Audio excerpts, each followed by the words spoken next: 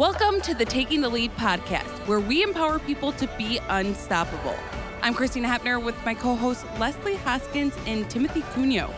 Timothy, you have some exciting news for us today, don't you? Oh, yeah. I've been talking to the puppy raisers the past 2 or 3 days. I want to give a shout out to Mike and Tracy and everybody in Shell Lake, Wisconsin. We are possibly, most likely, going to be flying up there late August or September. And we're going to have a big town reunion with Glacier. It's going to be a big thing. We're going to get the Lions Club hopefully involved in it. And we're going to have a big shindig. So I'm excited about that because it takes a village to raise these dogs. And they were all, it's just like a 1,400 population little town. So a lot of them are listening to the podcast. So I'm excited about it and can't wait to get up there. That is so exciting, Timothy. How great. Yeah. That'll be a lot of fun. You'll have to have somebody video Glacier's reaction when he sees his puppy raisers. I think that is always like the sweetest moment. Yeah, I just can't wait as everybody's excited about us coming back up. So I want to show them the full circle of where the dog's raised and then it goes away, but it can come back and you can see what the process is and what these dogs do for people like me. And it's just awesome, and I can't wait to do it. Timothy, what is that like for you to still have that relationship with them? Well, I think they're part of my family. I always told them she's my guide dog, but she's still your pup because they raised that dog. And so we're constantly in contact. I send pictures. We talk at least once a month. And we've seen them once before, but it'll be almost 2 years. And they were very happy to see Glacier because normally that doesn't happen. So they're excited, and I'm glad they're part of our lives. And I told them if anything happens to us, which we don't want to, they will get Glacier back. So they're very special people in my lives. That is really sweet. I'm glad you have that relationship with them and how fun for them. You know, they dedicate a year of their lives to raising Glacier and to now get to see what Glacier does every day and the impact that she has had on your life. I think that's incredible. So you'll have to keep us updated and, again, take lots of video and photos so that we can experience that with you. I will do that. All right. But okay. So just to catch everyone up, in the last 2 episodes, we talked about our breeding department, the breeds that we have, and then we talked about puppy raising with Angie and all those experiences here at Leader Dog. But let's talk about what happens when the puppies return to the Leader Dog campus after being with their raisers for that full year. So a couple of different things can happen at that point, but most likely, or fingers crossed, what we're hoping for is that these dogs will begin their formal training. Our guest today is here to explain a bit more about how we train our Leader Dogs. Yes, and Eric Rodman is a guide dog mobility instructor, also known as a GDMI. He has 6 years of experience, and within the last year, he has also taken on the role of apprentice supervisor. There, he helps others in their 3-year apprenticeships to become a guide dog mobility instructor. Eric also raises puppies for Leader Dog and is currently raising his 3rd puppy, McP, who is a black lab puppy and is actually here with us in the studio. So if you hear a dog, that is McP. Eric, it's great to have you in here. And can you tell everybody what a GDMI is? Thank you, Timothy. Thank you, Christina and Leslie. It's such a loaded question because, as a GDMI, we are people of many hats. But essentially, our role breaks down into 2 main components.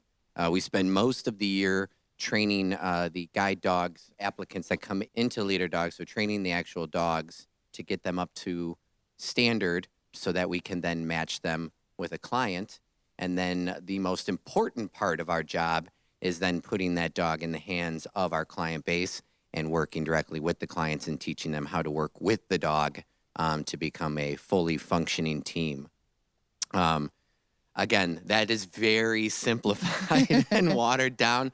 Along the ways, we are assessing and evaluating and training and matching these dogs. Again, we are working with people and with animals, so anything can happen, which is part of the allure and the mystique of the job, if you will. It's a wonderful role where I think a big portion of doing it well and doing it effectively is being able to build relationships, and not only with our clients, who we can have a nice conversation in English with, but being able to build relationships with our little four-legged buddies, like this little guy I have under the table here with me. I think that is such a good description of it. It really is two pieces. There's the aspect of working with the dog, and there's the aspect of working with people. And that's something for our listeners or anybody who's interested in being a guide dog mobility instructor to understand, because many times people are like, oh, I love dogs. I want to do that. I want to do that. And they're forgetting there's a whole human side, which is a very, very important piece. So I'm curious though, Eric, these puppies, they're with their puppy raiser, like McP right now is with you. And then they come back to leader dog. What happens first, or what happens at that point? So they come in, and when they come in, they are, we kind of introduce them to our Canine Development Center. We have the dogs are kind of separated into what we call villages, and inside the villages are each of the dogs' enclosures, which they refer to as suites. So a big part of, the first week or so is, the dog's kind of adjusting to the new environment. They're seen by the vet just to make sure everything's good and clear medically. And then, shortly after that is where we come and meet them for the first time and kind of do our introduction, how do you do's, if you will, and really start to build the relationship with the dog, because we can't come in the first month of training and expect the dog to perform like a class-ready dog when there is no relationship built there between the dog and handler. So we spend a lot of time in the early days taking them outside to play, getting them outside to stretch their legs and everything, and then peppering in, some of the skills that we're training as well too. But we want to make sure that the dog is kind of having some of those stress-relieving activities as well, just to sniff around or chew on a nylabone or whatever it is, to give that dog a little breather of air. And that is amazing what you guys do. I've got to witness, I shadowed one of the teams one day, and I was just blown away at the relationship you guys make with the dog, but also how you pair a dog with a client. I think that is just amazing. I mean, Timothy, you talk about Glacier and the relationship you have with Glacier and how the personality just matches. Eric, can you talk about how you go about matching these dogs with the clients? So it's been explained to me, and it kind of, as people go through their apprenticeship to become a GDMI, we often call matching an art form rather than a science, because we don't have a standardized formula that we can just plug all the variables into and say, okay, he needs a female black lab. Go to the shelf and get him one, So, so we have to take into account a wide variety of variables, from things to, physical characteristics such as their walking pace, their speed, their stamina, upper body coordination, balance, dexterity. And then you factor in all these other things outside of just the human component, like the environment that they're working in, their daily schedule, the level of activity they have in their life, their personality. Because maybe if you're somebody who's very straight-laced and you wouldn't appreciate a silly kind of goofy dog, which McP can be at times here when he wants to be. So we try to factor all those little pieces into the match, because we feel like it's a pieces of a puzzle. So we try to get as much of it right as possible. And our clients also, when they apply to get a guide dog, can have a preference as well. So they can denote that on their application if they have a, male or female preference, or black lab, German Shepherd, golden retriever. And we try to accommodate and adhere to that preference as much as possible. But if we feel we have a better match, then we kind of, we give them the pitch over the phone and say, we know you wanted this, but we think you might like this, and see where it goes. So again, not an exact science, and sometimes we get it right, and sometimes we do get it wrong, unfortunately. But that's why we try to work with the clients and to build a nice, open, and honest dialogue early in class to be like, you need to let me know what it is you're looking for in a dog, because I want to get you the best fit possible. So how long is the formal training for these dogs? Formal training is 16 weeks right now. And so that's That's usually broken up into 4 training phases that are about a month long each. We start off in foundations, which is reinforcing a lot of the behaviors that the dog already knows, such as obedience and things like that, while exposing them to the kennel environment and taking them outside and, exposing them to the harness so they start to get acclimated there. And then in the second phase of training, that's basic. And basic training is where we take them down to downtown Rochester. And especially for the people listening who live in that area, probably see us walking around Main Street and down in the, in the subdivisions down that way. We do a lot of the introductory curb work and a lot of the guide dog mechanics, if you would, the turns. We really try to tighten up the steering, I guess you would, on these dogs in that second phase. And then we have intermediate and advanced. And intermediate's where we kind of start teaching the finalized skills, some of the more complex skills, some things like intelligent disobedience, where we try to program into the dogs what to do in given situations, such as the presence of traffic in the path of travel, and things like that. And in advanced training, finally, we really just kind of tailor the dog to the specific client, because by that time we have a pretty good idea of the match that we have for that particular dog. And if we know we need to expose the dog to something specific, such as they're going out to rural Wisconsin and they may see a dairy cow or two, we may try and get that dog over to see some cows prior to that, just to make sure we're not in for any surprises. So Yes.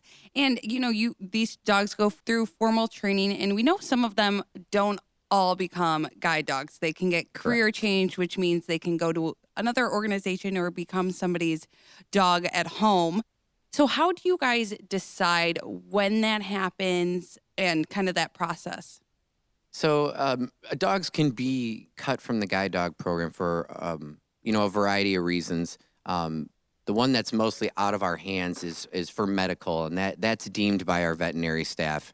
So if there is something wrong with the dog's joints or back or anything that's going to prohibit the dog from being able to be an effective guide or may have some health issues down the line, we will medically career change the dog in that regard. On our end is for dogs that are having any issues behaviorally.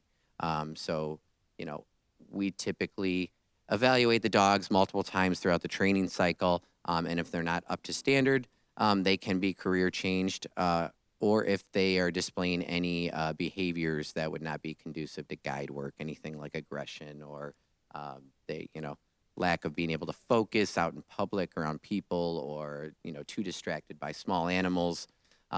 There's a variety of reasons, and like I was saying on my way in, that being a guide dog is it's a tough job for a dog. We expect a lot from these dogs. They're wonderful, they're smart, they're quick.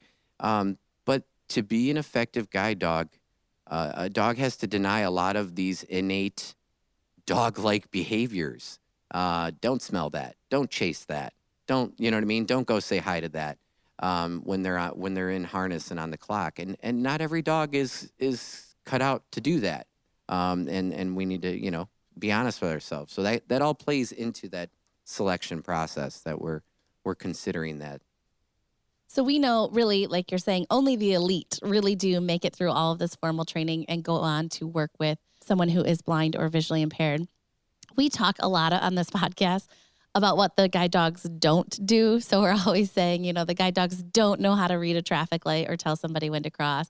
They, don't do this, don't do that. Can you tell us, what does a guide dog do? Like, what are their main responsibilities when working with somebody who's blind or visually impaired? Oh, that's a great question. So there are a variety of tasks. I would say the first of which, in which we kind of introduce to clients, is helping them maintain as a point of orientation. So when we train the dogs, we train them to travel from curb to curb for a reason. And that's to help our clients maintain their orientation when they're walking around. Because if we let them turn all willy-nilly left and right whenever they please and cut corners, it's hard for our clients to keep track of where they're at on their routes when they're walking about on town. So we teach them to travel curb to curb as a point of orientation. The dogs are trained to stop at any changes in elevation. So any sudden increases in elevation or sudden drop-offs in elevations, the dogs are to stop. And we, in training, try to proof this too by, stopping and then telling the dog forward until we kind of discover the ledge itself, and then reward the dog. The dogs are also used to help target objects such as chairs and doors and different objects. Sorry, the puppies. Mickey's having a great time here in the Yeah. studio. We're loving it. He's taking a tour of the studio while I'm over here trying to spill the facts.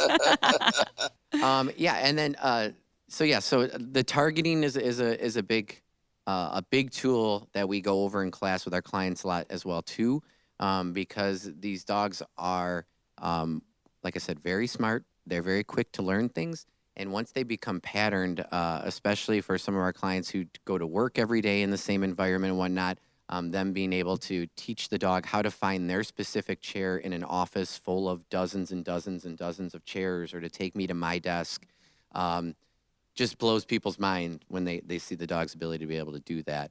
So they quickly get into patterns and kind of learn all those little ins and outs of the routes. But yes, so mainly, and then most importantly, is also to avoid obstacles when out and traveling. The dogs are trained to maneuver and kind of push and pull in the harness. I like to say that the harness is how the dog communicates to the handler, and then the handler communicates to the dog through the leash. And that's how they move them left and right around obstacles while traveling. Thank you. Well, we know we got so many different breeds with leader dogs. So is there a difference between each breed? Like, is one easier to train than the other breed is? That.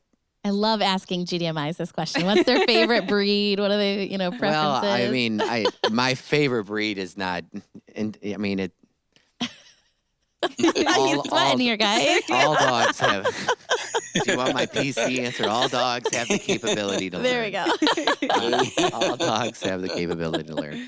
It depends. I mean, I hate using sweeping generalizations about breeds in general. It's like saying all humans or all males or all female. It's just it's a blanket statement. It doesn't apply to everybody.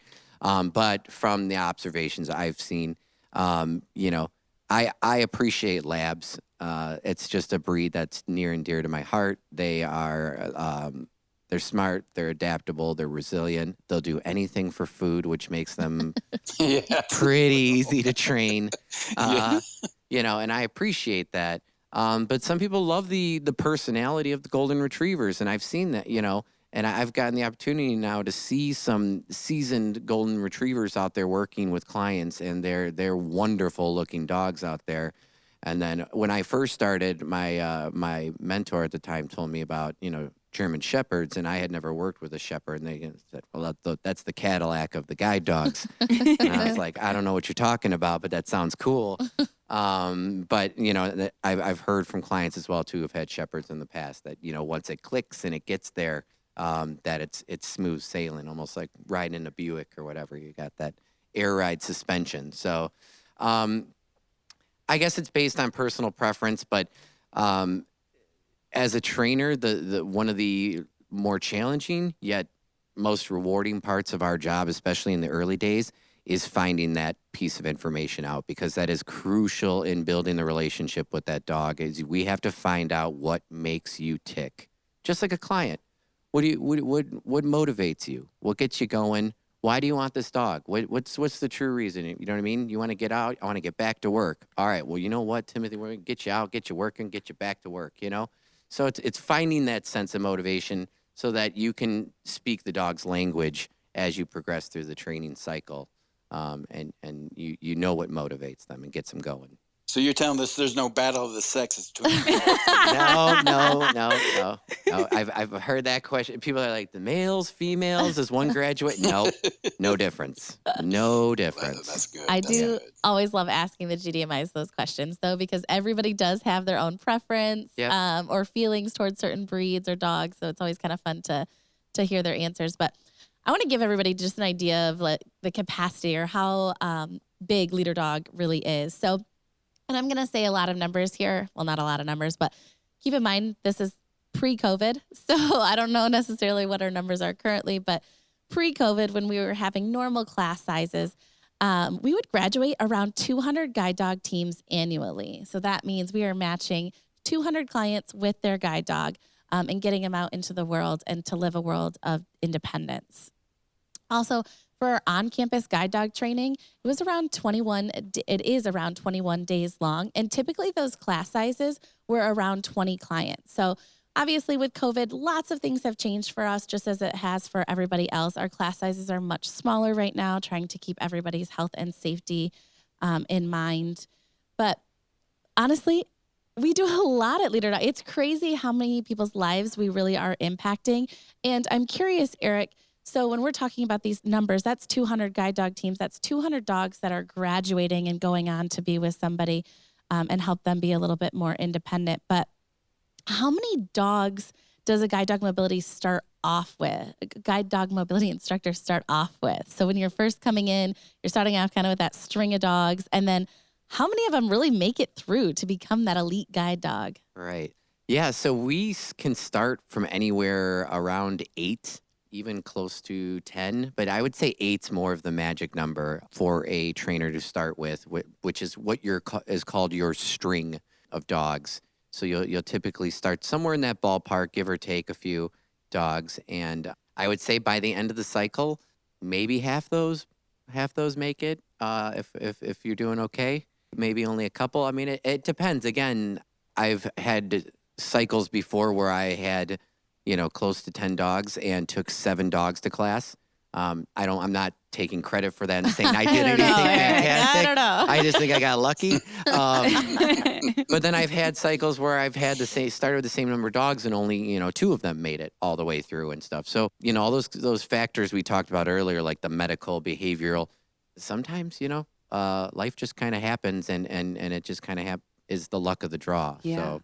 Wow. I mean, I can't even train my own dog at home, and you guys start with that many dogs and could end with, just as much depending on the factors. I think that is amazing, and getting to see what you guys do day in and day out and getting to witness it sometimes is just a great experience. So if you happen to see our instructors out and about in your area, because they go to a lot of different downtown areas, I encourage you to look, watch what they're doing and ask questions if you're curious, because I think it's just such a great learning experience. And, is there something when clients come onto campus for those 3 weeks, is there something that they're most surprised about with your training? I try to give them heads up on when we always do like a pre-class phone call before they come in, and I try to give them a heads up, like bring your walking shoes, because we're gonna buy a new pair. Yeah. So Timothy knows. Yes. But it's one of those things that no one can give you a book and make you a guide dog handler. You got to get a dog in harness in your hand, and you got to hit the streets, and you got to go out and do it. So it's a lot of repetition. It's a lot of walking. It's a lot of me as an instructor walking behind you, nagging you, going, Timothy, watch that arm. Timothy, watch that arm. Timothy, I told you about that arm, right? To the point where Timothy goes home and he's walking on his own. And he goes, I got to watch my arm. Why am I doing that? Why am I thinking that? Oh my God, it's Eric's voice. It's in my head. Oh. But that's the point is we sometimes have to nag and drill it a little bit to where it gets, becomes muscle memory, becomes second nature. So, it's just a lot of work and a lot of repetition. And it can be a lot for some people. And we try to give them a heads up to let them know that, it's not a switch you flip. It takes a lot of time and practice to get there with the dog, but it's well worth it if you're willing to put the work in. Absolutely. Our clients put in so much work. It is not easy coming to class for 3 weeks' time. You're away from your family, a lot of your comforts, and now you're trying to learn this new living, breathing thing that you're going to be responsible for, and you're working together as a team. You're also there with people from all over the U.S. and other countries, so you're around different people, and sometimes that can be incredibly stressful, especially because a lot of people, again, still walk into the situation thinking, oh, I'm going to get a guide dog. It's going to make everything so much better. And once they're in class and really working, they're understanding, oh my gosh, I have to put a lot into this. There's so many working components that go into having a guide dog and being successful with a guide dog. Right. I've heard in the past, we say on average it takes about 6 months to a year to really become like a good guide dog working team, if you will. But I am curious. So we've talked a little bit here about the on-campus training, which is our 21-day program that happens on our campus in Rochester Hills, Michigan. What are some other options? So if somebody can't come away from their home or work responsibilities for 21 days, how else can they get a guide dog? So certainly, we do have a field services department, which they help with some of our in-home trainings that we do. So on top of the 3-week class that we do here in Rochester, we also offer what we call a flex training, which is a combination of another type of training, which is the home delivery. And that is for people, again, that cannot leave and come to campus for 3 weeks for, either whatever requirements they have or commitments they have, children, job, whatever it may be. And so we will actually have one of our guide dog mobility instructors, come out to their home environment and deliver the dog to them and work with them from anywhere from like a week and a half to 2 weeks. That's a little more accelerated because it is one-on-one. Whereas if you come into class, you may have 2 to 3 students per one instructor. Whereas the home delivery is one-on-one, so it moves a little quicker and it's a little more intensive. But the flex training kind of blends the two of those together. So the flex training is a shortened stay here on campus, followed by an immediate in-home follow-up to kind of make sure that you and your new dog are off and on the right foot when you get back home.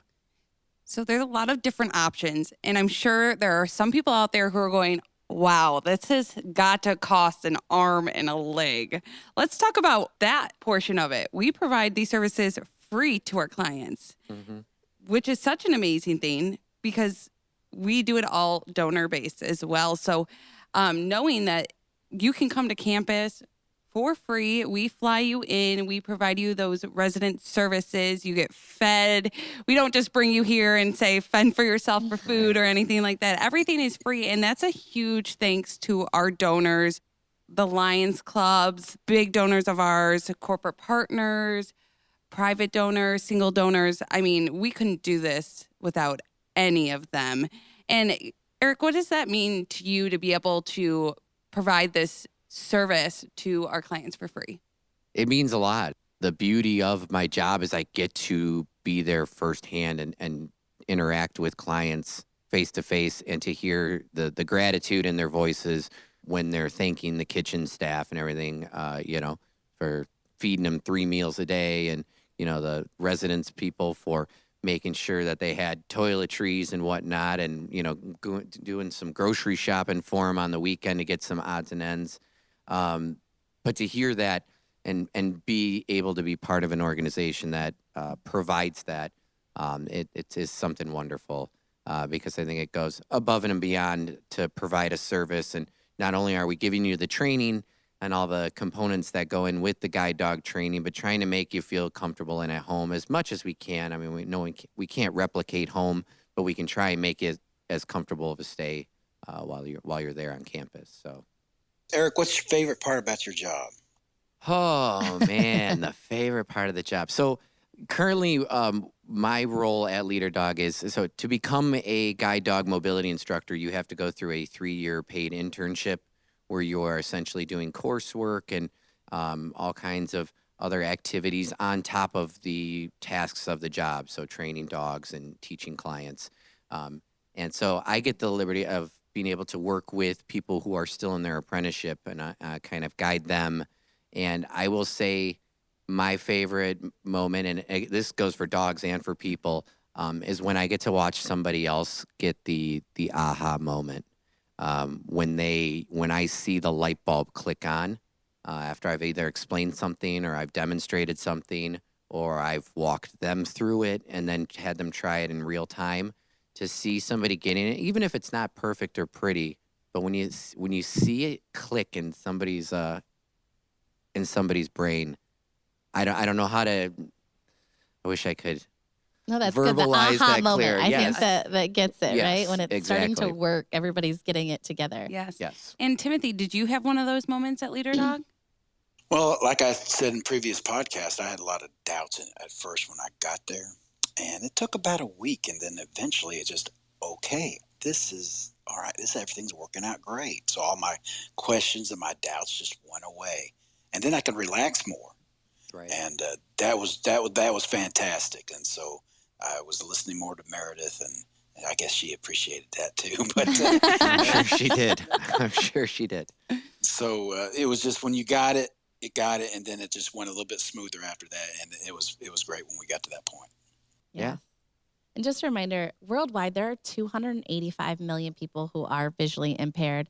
And out of that, only 10% of those people are traveling independently with a white cane or a guide dog, which means 90% of people who are blind or visually impaired are not getting around independently, whether that be with a cane or a guide dog. So these services are incredibly important and incredibly rewarding on all ends. So from our instructor perspective and our client perspective, we're all incredibly grateful for this opportunity and this organization that we're able to do this.